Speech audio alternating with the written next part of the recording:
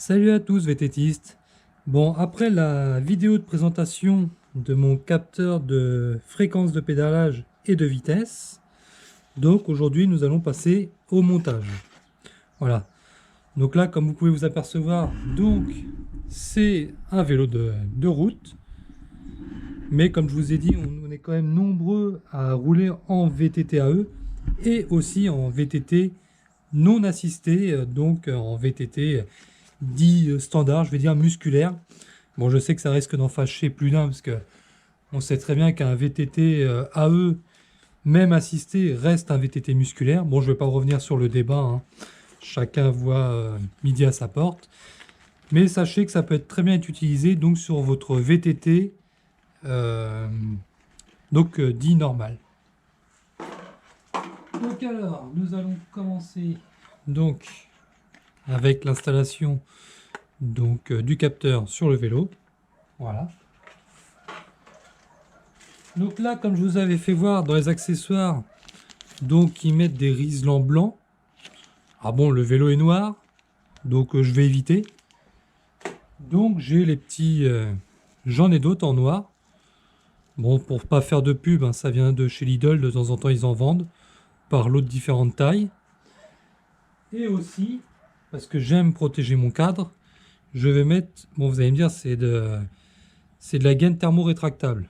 Mais l'avantage c'est que je vais pouvoir passer les colliers dedans pour protéger, parce que moi j'aime pas serrer les colliers directement sur ma peinture. Donc moi je préfère prendre ça. Vous allez me dire oui c'est du gâchis, mais bon c'est pareil, ça vient de chez Lidl, c'est un assortiment. J'en ai plusieurs boîtes puisque dès qu'ils en vendent, j'en prévois toujours d'avance. Donc je préfère gaspiller un petit peu de gaine thermo-rétractable plutôt que d'abîmer mon cadre et qu'après que la peinture soit foutue.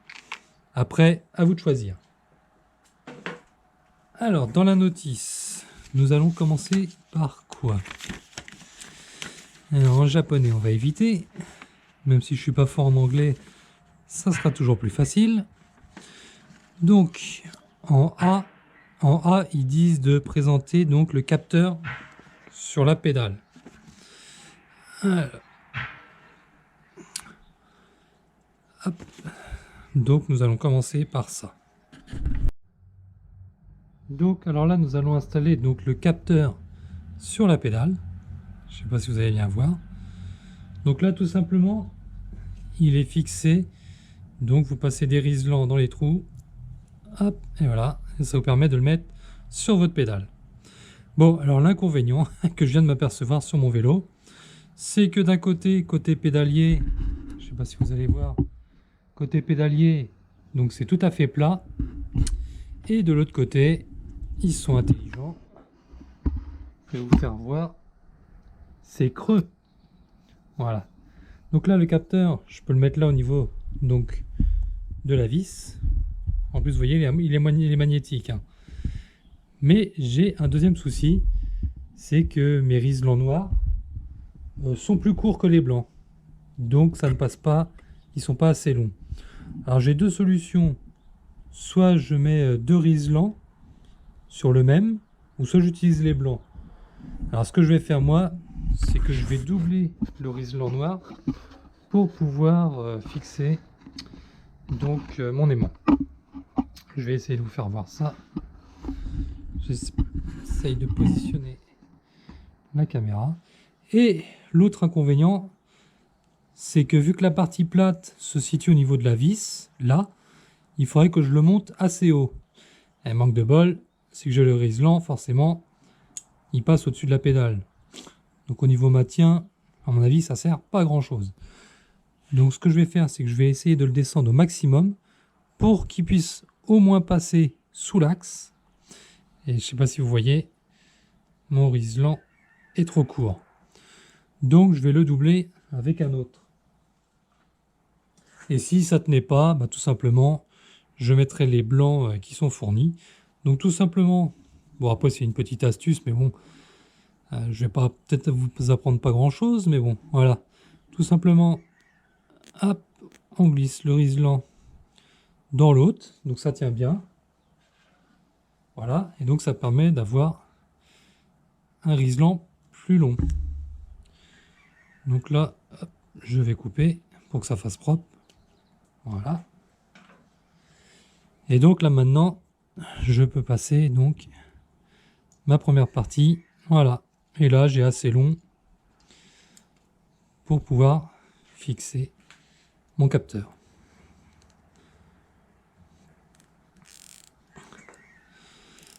C'est vrai que j'aurais pu mettre, vous allez me dire, sur l'autre côté du cadre, mais avec la chaîne, je suis pas vraiment garanti du résultat. Donc là, au moins, là, voilà. Là, je tends. Voilà. Je pense pas, de toute façon, voilà, ça gêne pas la rotation. Voilà. Et je vais couper, je vais faire pareil avec le deuxième.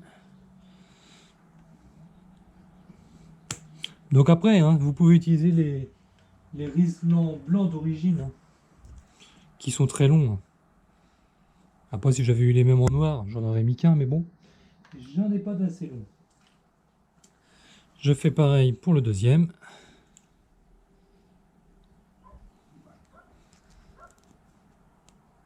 Voilà. Dès que vous entendez que c'est pris dedans, c'est bon. Hop, on coupe. Et on fait pareil pour l'autre trou. Voilà, attention le support.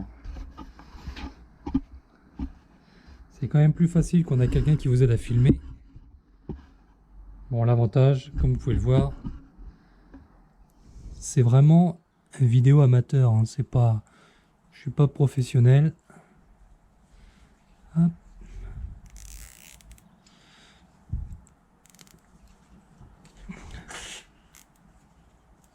Voilà. On serre bien. Donc là, c'est maintenu.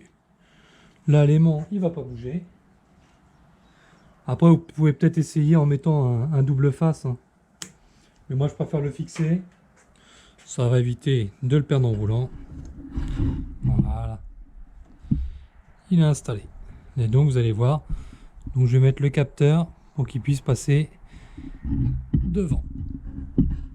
Alors, après, qu'est-ce qu'ils nous disent dans la notice?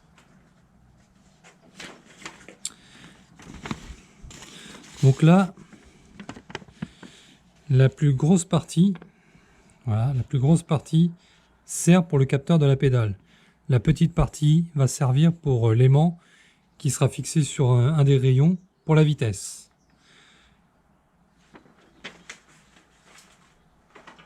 Alors, c'est parti.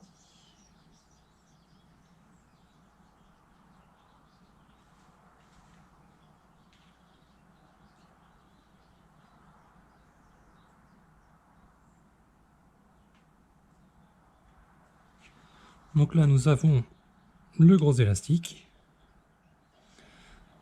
Après, je pense que rien n'empêche, pareil, d'utiliser des Riesland. Hein.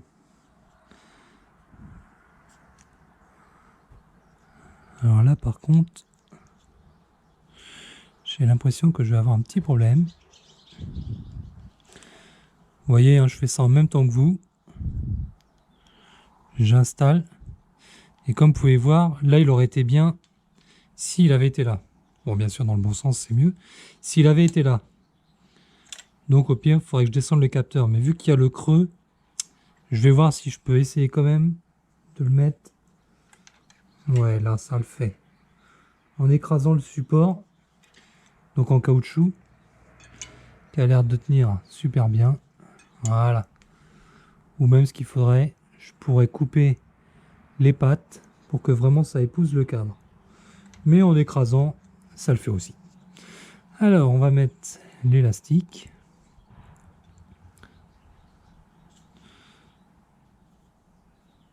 Dans sa place. Voilà. Ça, c'est bon. Et donc, il n'y a plus qu'à le positionner. C'est un peu chiant leur gomme, là, comme vous pouvez voir.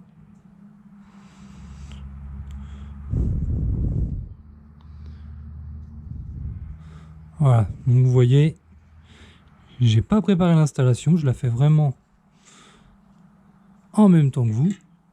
Dans le sens là, c'est mieux. On va essayer d'écraser. Et là, donc, on va tendre de l'autre côté. Avec la roue, c'est pas si simple. Allez. Voilà. Hop. Sauf que là c'est marrant parce que ça se barre. Pas très pratique leur gorge là. Moi je trouve qu'elle est pas assez profonde. Je sais pas comment ça peut maintenir l'élastique.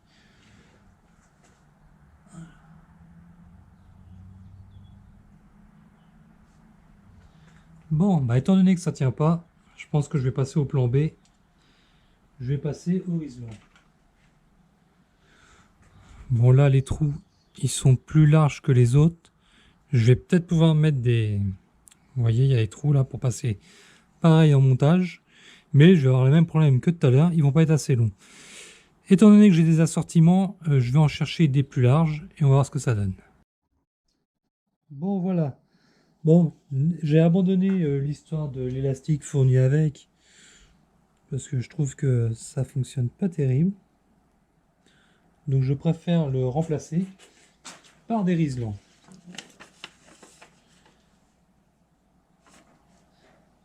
Alors, ou peut-être qu'il va me servir.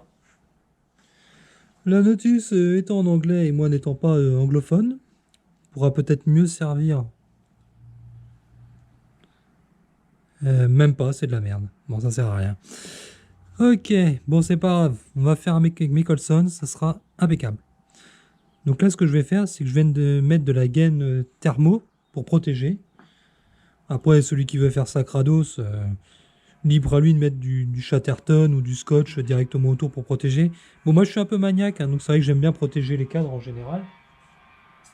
Donc je vais regarder donc dans mes tubes de gaine rétractable. Je vais les passer dedans.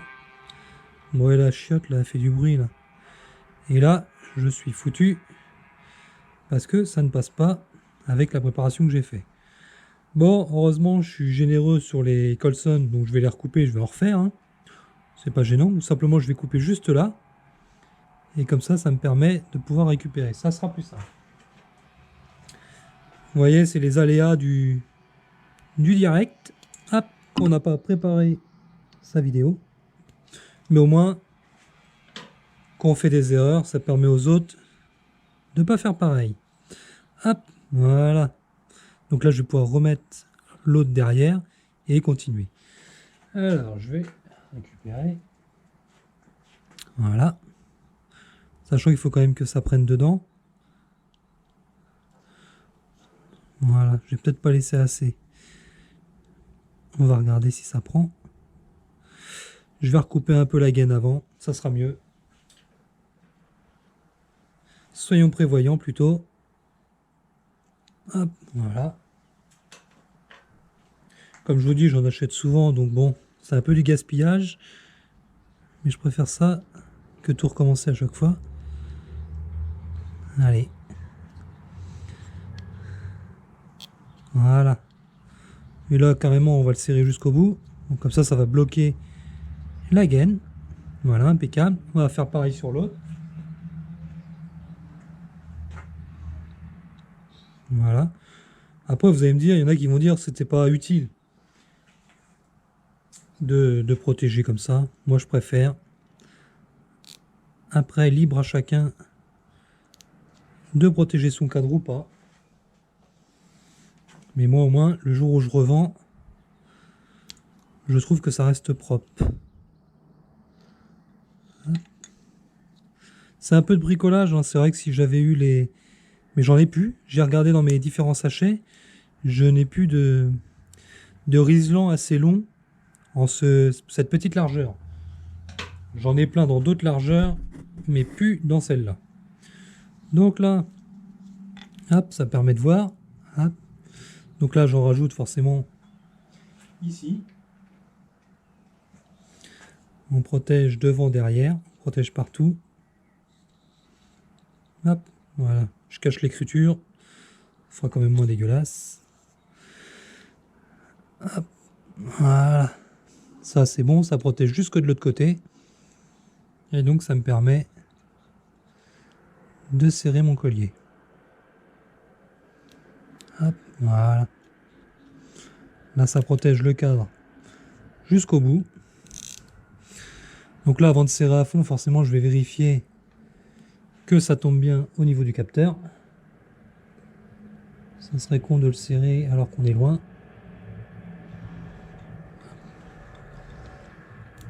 Voilà. Allez, c'est parti. Ouais, comme vous pouvez voir, effectivement, je suis un peu loin du capteur. Heureusement que je vérifie. Voilà. Là, on est pas mal.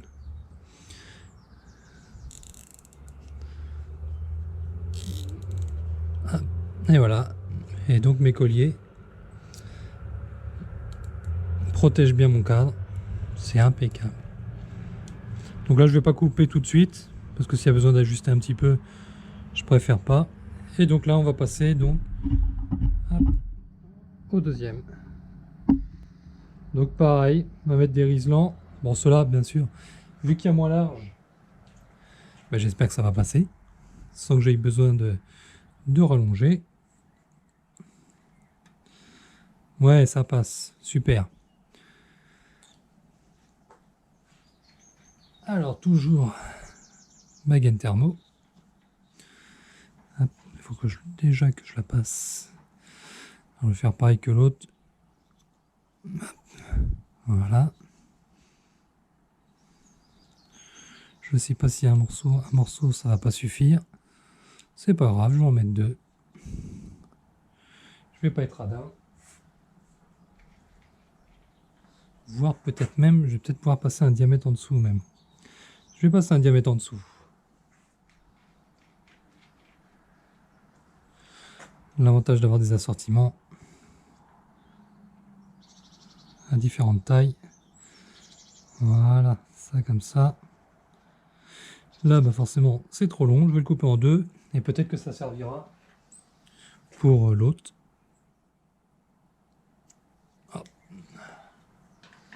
Je vais récupérer le petit bout, hein, rassurez-vous. On va quand même pas gaspiller, même si j'en ai. Hop.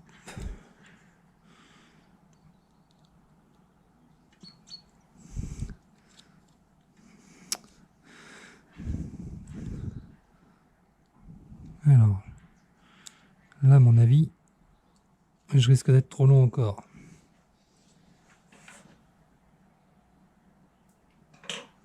Voilà, je recoupe. Un petit bout plus court.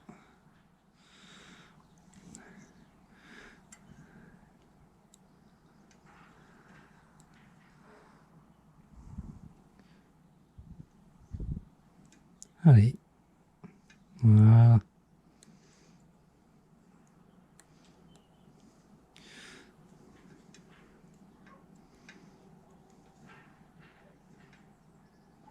Je fais toujours attention à ce que ça protège bien. Hop, le cadre. Ça se trouve, je vais même protéger que... Hop.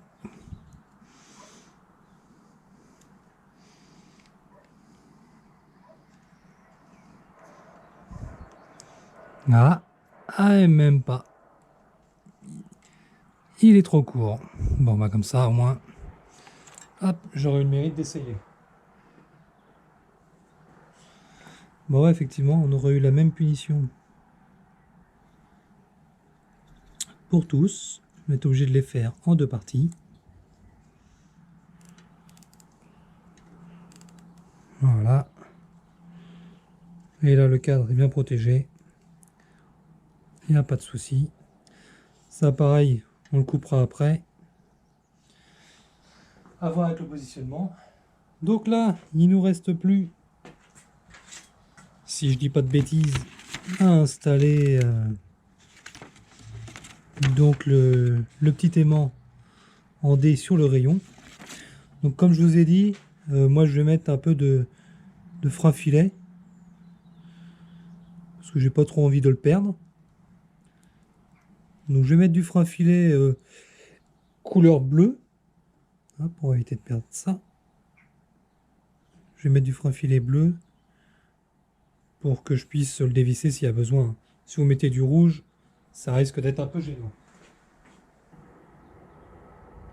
Petite goutte, ça suffit. Et donc, on va le positionner. Peu importe, hein, à mon avis. Alors par contre là,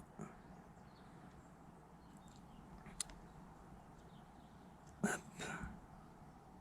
Voilà, on voit que ça, il y a un petit caoutchouc qui vient se mettre là. Allez, petit caoutchouc. Voilà. Caoutchouc et après la pièce en plastique. Voilà. Allez. Il n'y a plus qu'à visser les mains.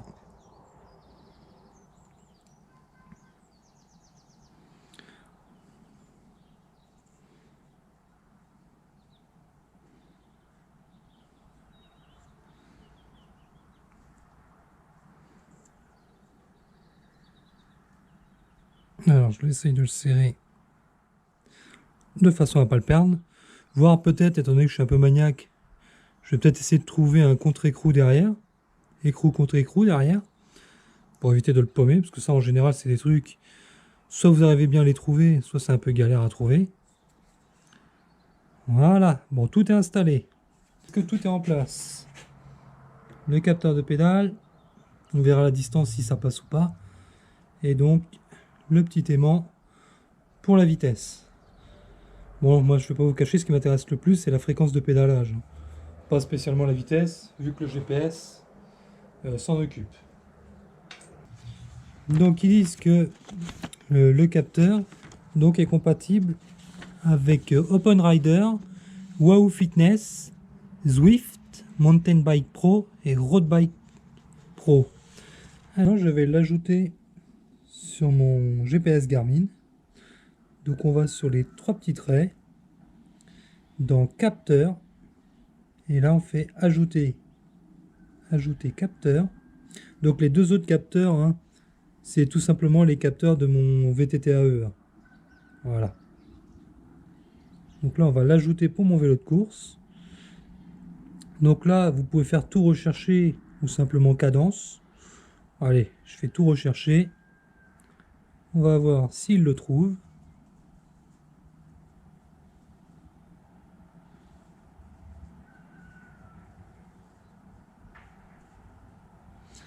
Alors, est-ce qu'il faut qu'il soit réactivé ou pas? J'en sais rien. Hop! Vitesse, cadence. Vous voyez? Alors, est-ce que le fait d'avoir tourné la roue, ça l'a réactivé? Parce que je pense qu'il a peut-être une mise en veille automatique pour économiser la pile. Alors, plus, qu'est-ce qu'il propose? Non, il ne m'en propose qu'un. Hop, on l'ajoute. Ajouter. Et voilà. Capteur de vitesse et capteur de fréquence de pédalage. Voilà. Alors un nom, est-ce que je peux lui donner un nom? Oui, je peux lui donner un nom. Donc on va mettre... donc moi c'est un Triban 500. Allez, je vais mettre TR500. Pour faire simple. Voilà. Et voilà. Et donc il va s'ajouter à mes deux autres capteurs. Donc là effectivement, je peux changer le nom. Je peux mettre, je vais en profiter, hein. Rien à voir, mais je vais mettre que c'est mon Rain. Voilà. Autant tout faire en même temps. Et là aussi. Comme ça, ceux qui se demandaient s'ils pouvaient changer le nom, ben comme ça sera fait. Deux en un. Et voilà. Donc j'ai mes deux Rain et mon Triban 500. Voilà. Alors maintenant, il faudrait que je crée un écran pour mon vélo. Alors, écran de données. Donc là, j'ai celui à mon avis pour mon VTT AE. Voilà, c'est tout à fait ça. avec les données du vélo. Donc là, je vais en créer un, donc simplement pour mon vélo de course. Donc on fait ajouter nouveau, écran de données, sachant que sur le Edge Explore, vous pouvez en mettre que 2. Peut-être que sur le 1030, voire plus, vous pouvez en mettre plus, mais en écran de données personnalisé, c'est seulement 2. Donc là, je vais en faire un donc pour mon Rain et un pour le Triban. Donc là, on va faire vite fait pour vous faire voir. On va mettre vitesse et je vais mettre cadence. Bon, on va tout mettre, allez. Juste pour vous faire voir. Donc là, on a tout. C'est bon. On est OK. Et voilà. Donc là, on retourne en arrière. Et dans activité, hop, donc là, j'ai celui de mon VTTAE et je bascule. Allez, voilà, sur celui du vélo de route. Et maintenant, on va voir ce que ça donne.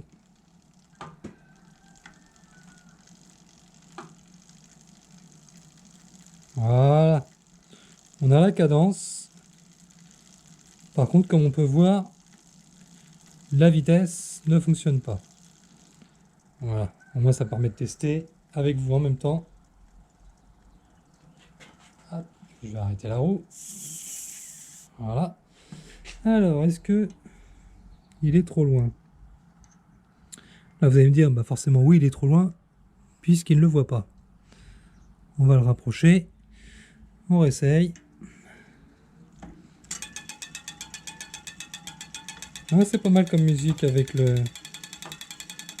Rislan. C'est un peu agaçant.